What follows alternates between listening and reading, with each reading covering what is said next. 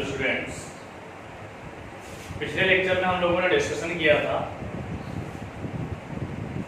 Acid base और salt. उसके बाद हमने आपको बताया था साल्ट और टाइप्स ऑफ साल्ट। आज हम लोग डिस्कशन करेंगे आयोनिक प्रोडक्ट ऑफ वाटर पर।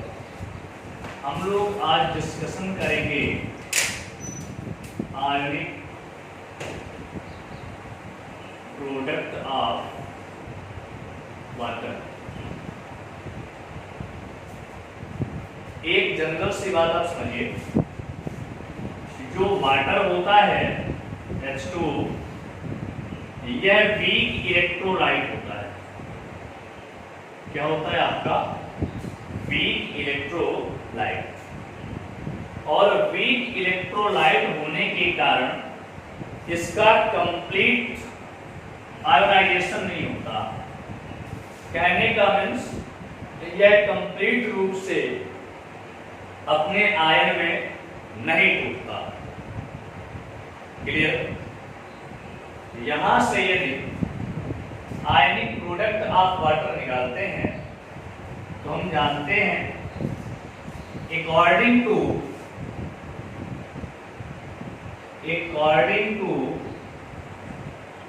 लॉ ऑफ मास एक्शन, जिसे द्रव्य अनुपाती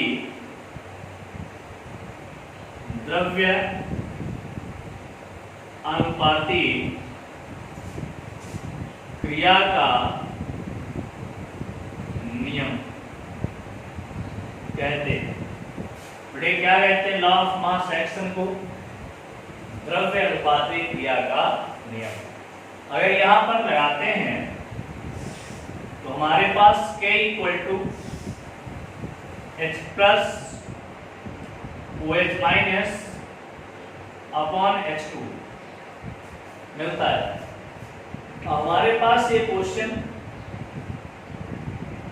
ये H प्लस जो स्क्वायर ब्रैकेट में है ये क्या है? OH माइनस क्या है? और ये H2 हो गया है। इसको पढ़ते हैं हाइड्रोजन आयन कंसंट्रेशन, इसे पढ़ते हैं हाइड्रोक्सिल आयन कंसंट्रेशन, और इसे पढ़ते हैं वाटर कंसंट्रेशन। इसे हाइड्रोजन आयन सांद्रण, हाइड्रोक्सिल आयन सांद्रण और जल का सांद्रण कहते हैं। क्लियर? अब आपके माइंड में यह आया कि डायरेक्ट K = ये कहां से वैल्यू आई? तो मैंने आपसे बोला यहां पर कौन सा लॉ वर्क करता है? आपका लॉ ऑफ मास एक्शन। तो सबसे पहले हम ये जाने लॉ ऑफ मास एक्शन होता क्या है। मैंने आपसे कहा गुलबर्ग और वागे नाम के साइंटिस्ट थे। इन्होंने बताया कि अगर कोई पदार्थ है और उसके क्रिया करने की दर को ज्ञात करें। क्रिया करने की दर से मतलब है कि कोई पदार्थ कितनी गति से, दर का मीन्स होता है गति से क्रिया कर रहा है, तो वह दर उस पदार्थ के एक्टिव मास के डायरेक्टली प्रोपोर्शनल होता है। मतलब सक्रिय द्रव्यमान के अनुक्रमानुपाती होता है। ठीक है? लेकिन यदि हम किसी रिएक्शन की बात करें, किसी रिएक्शन के क्रिया करने की दर को ज्ञात करें, तो किसी रिएक्शन के क्रिया करने की दर उस रिएक्शन में उपस्थित अभिकारक, दैट मींस रिएक्टेंट पदार्थ के सक्रिय द्रव्यमान के गुणनफल के समानुपाती होता है। बात समझ आ गई? ज्यादा हो ठीक है? आप समझिए कैसे। मैंने कहा सपोज दैट जैसे ये आपके पास A से P हमारे पास कोई रिएक्शन है। अब हमें ये पता करना है कि जो A है इसके रिएक्ट करने की रेट क्या है, क्रिया करने की दर क्या है। तो मैंने आपसे बोला यहां से यदि हम रेट ऑफ ए निकालें, ए की क्रिया करने की दर, ए की क्रिया करने की दर, मैंने आपसे कहा ये डायरेक्टली क्या होगी, प्रोपोर्शनल, और किसके प्रोपोर्शनल है, ए के, तो यहां पर क्या आ जाएगा आपका ए, राइट। अब यदि हमारे पास रिएक्शन गिवन है A plus B gives that P, अब यहां से हम A और B के रिएक्ट करने की दर को ज्ञात करें, टोटल रिएक्शन की दर को ज्ञात करें कि रेट ऑफ रिएक्शन क्या होगी। तो जो रेट ऑफ रिएक्शन होगी, रेट ऑफ रिएक्शन यह डायरेक्टली प्रोपोर्शनल होती है रिएक्टेंट की एक्टिव मास के प्रोडक्ट के, बात समझ आ रही? कहने का मीन्स अभिकारक पदार्थ के सक्रिय द्रव्यमान के गुणनफल के क्या होती है, समानुपाती।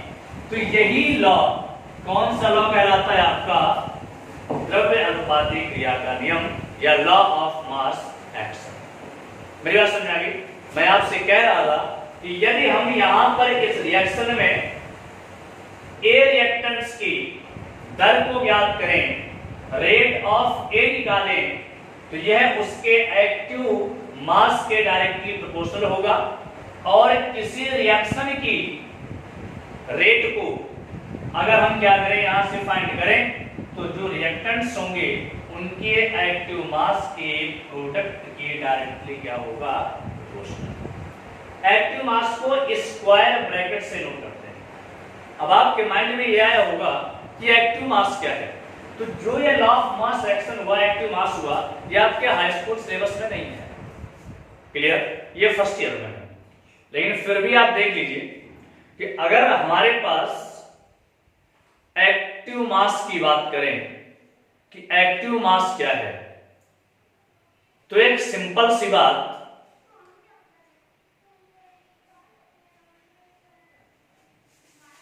किसी पदार्थ के इकाई आयतन में पदार्थ के मोलों की जो संख्या होती है वही कहलाती है उस पदार्थ का सक्रिय द्रव्यमान। कहने का means number of moles of substance in पर लीटर वॉल्यूम। किसी पदार्थ के इकाई आयतन में उपस्थित पदार्थ के मोलों की संख्या उस पदार्थ का क्या कहलाती है, सक्रिय द्रव्यमान। और इसे मैंने कहा नोट करते हैं स्क्वायर ब्रैकेट से, तो इसका फार्मूला बन जाएगा मोलों की संख्या अपॉन आयतन लीटर में। कहने का means number of moles upon volume in litre. Clear? अब मैंने आपसे कहा कि हमारे पास नंबर ऑफ मोल्स नहीं मालूम, तो नंबर ऑफ मोल्स निकालने के लिए n इक्वल टू फार्मूला होता है पदार्थ की मात्रा, weight of substance upon molecular weight, that means अणुभार, small w upon small m, ये होता है n equal to w by m। तो ये हुआ आपका एक्टिव मास और ये हुआ आपका लॉ ऑफ मास एक्शन।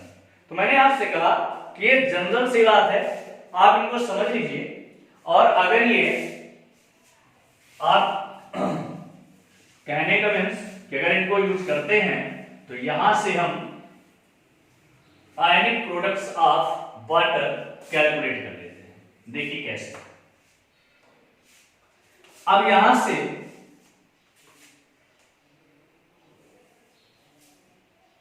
इस की जो प्रूवमेंट है वो आपके सिलेबस में नहीं है। अगर आपको देखना है तो 2 मिनट के लिए आप देख लीजिए कहां से ये आया, बाकी नहीं आती तो कोई बात नहीं, इतना कोई कंपलसरी नहीं है। मैंने आपसे कहा कि हमें प्रूव करना है K equal to H plus OH minus upon क्या हुआ आपके पास H2, राइट। तो इस साइड को हमने माना फॉरवर्ड साइड और ये वाला कौन साइड होती है आपकी backward.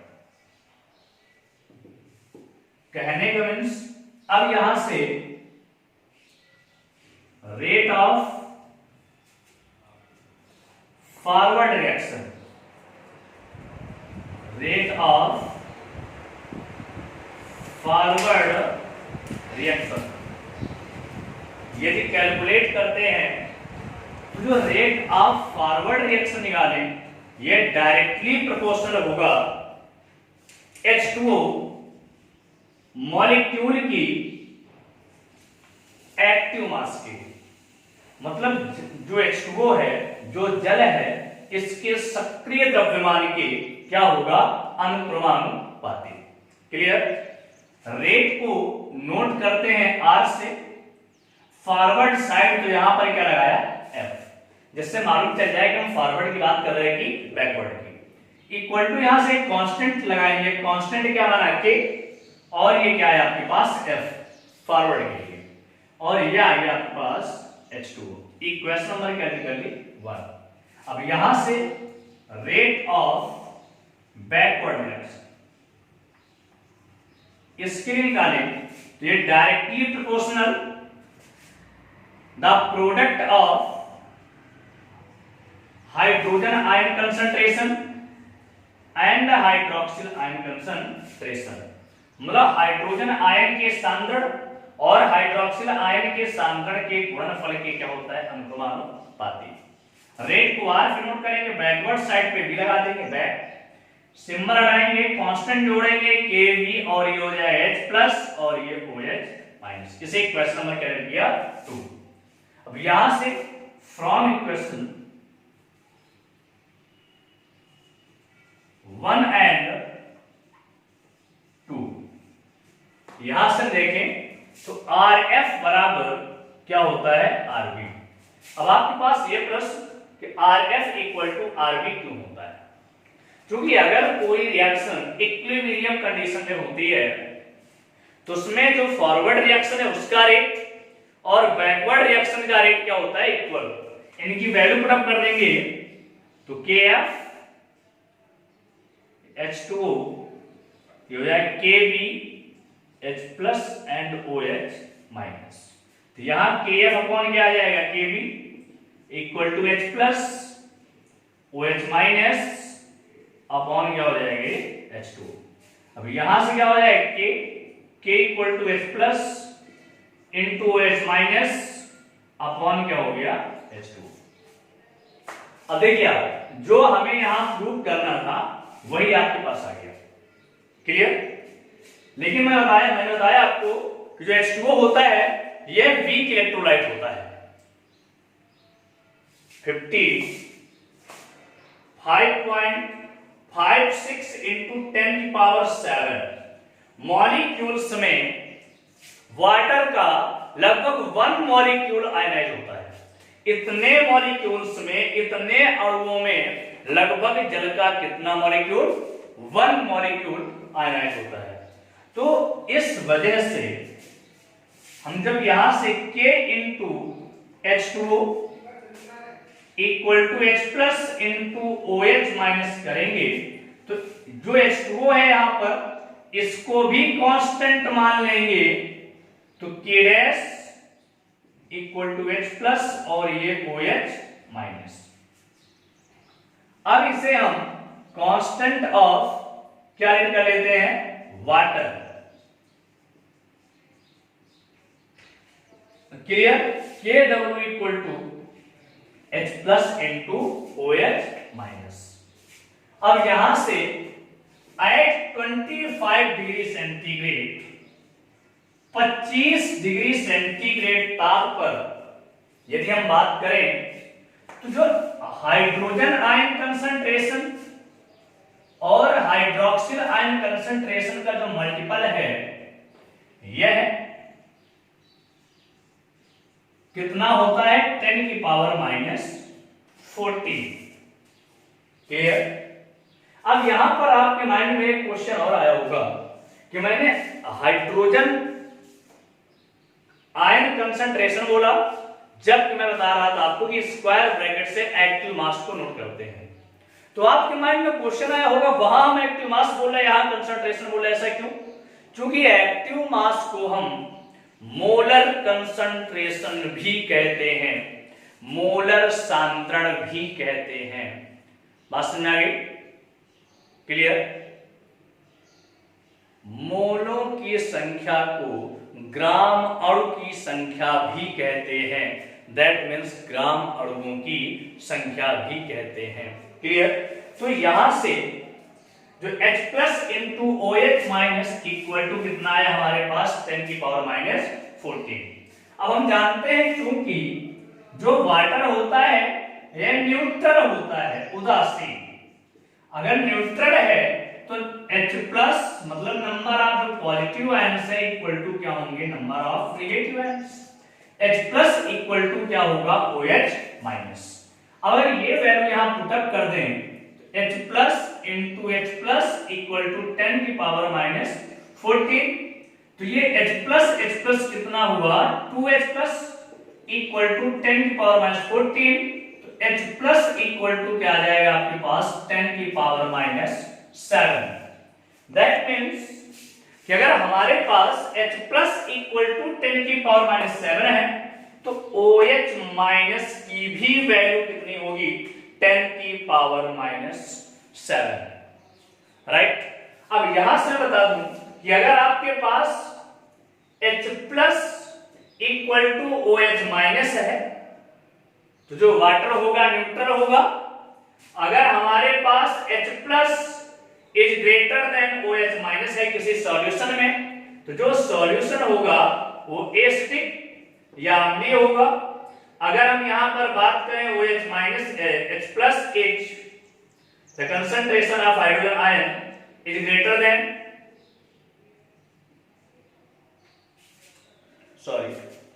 The concentration of hydrogen ion is less than OH minus. तो जो सॉल्यूशन होगा हमारे पास कैसा होगा, बेसिक सॉल्यूशन होगा। क्लियर। तो यहां से अगर हमारे पास हाइड्रोजन आयन और हाइड्रोक्सिल आयन की कंसंट्रेशन मालूम है तो यहां से हम किसी विलयन की नेचर, प्रकृति, एसिडिक है कि बेसिक है कि न्यूट्रल है, हम यहां से कैलकुलेट कर सकते हैं। बात समझ आ गई? अगले लेक्चर में हम लोग डिस्कशन करेंगे पीएच वैल्यू पर, what is pH value. Clear.